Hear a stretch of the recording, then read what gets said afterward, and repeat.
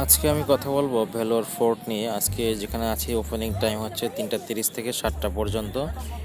এখানে ভেলোর ফোর্টের প্রবেশদ্বারের সামনের যে অংশটা দেখাচ্ছি, এখান দিয়ে অনেক কিছুই, এটা দিঘির মতো আছে। এখানে দিঘিটা অনেক নোংরা, আবার মাঝখানে পরিষ্কার আছে। এখানে হচ্ছে ভেলোর ফোর্ট। এখানে প্রাচীনকালে এটাকে দুর্গ করা হয়েছিল। অনেক সুন্দর জায়গাটা, আসলে অনেক মনোমুগ্ধকর। যদিও বিকেল টাইম, অনেক দর্শনার্থী ছিল আশেপাশে বসে। তো আমি গ্যাদারিং পছন্দ করি না, নিরিবিলি থাকতে পছন্দ করি, সেজন্য আমি এখানে আপনাদেরকে দেখিয়েছি। আমি এখন এখান থেকে বের না হয়ে এখান থেকে ভিতরের দিকে যাওয়ার চেষ্টা করছি।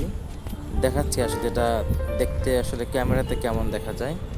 সো এটা আমি পুরোপুরি যাইনি, আমি অথবা নেক্সট দিন পুরোটা ঘুরে আপনাদের দেখিয়ে দিতে পারবো। এখন লেকের পাঁচটার সামান্য কিছু অংশ দেখাচ্ছি। দেখুন, আসলে আমার কাছে তো অনেক সুন্দর লাগলো। প্রথমবার আমি এরকম একটা দুর্গ দেখতে গেলাম, বেশ সুন্দর। আপনারা যারা ভেলোরে আছেন বা কোনো পারপাসে এখানে এসেছেন, এই জায়গাটা সিএমসি সায়দাপেট থেকে খুবই কাছে, মাত্র 10 মিনিট হাঁটার রাস্তা। এখানে এসে আপনার একটা ওভারব্রিজ পড়বে। যদি আপনি সিএমসি থেকে আসেন, ওভারব্রিজটা পার হয়ে সোজাসুজির দিকে আসলেই আপনি এই ফোর্টটা পেয়ে যাবেন।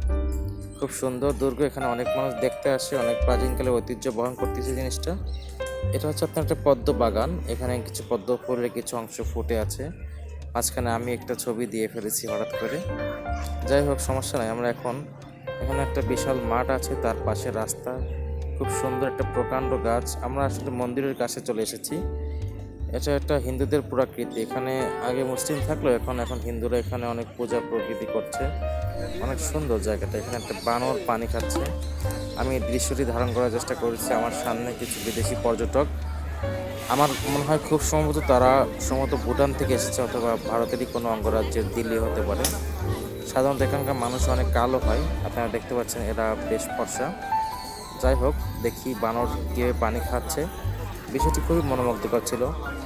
তো এখানে অনেক মানুষ ভিড় করে, এখানে অনেক দরবেশরাও আছে যারা টাকা পয়সা চায় না, এমনিতে চায় যা কিছু খাওয়ার জন্য দাবি করে বা কিছু দিলে তারা খুশি হয়।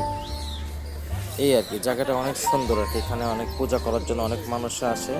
তবে একটা বিষয় কি, এখানে সবাই জুতা খুলে প্রবেশ করছে। জুতা খুলে প্রবেশ করে জিনিসটা দেখে আবার বাইরে চলে এসছে। তো আমি কিছুক্ষণ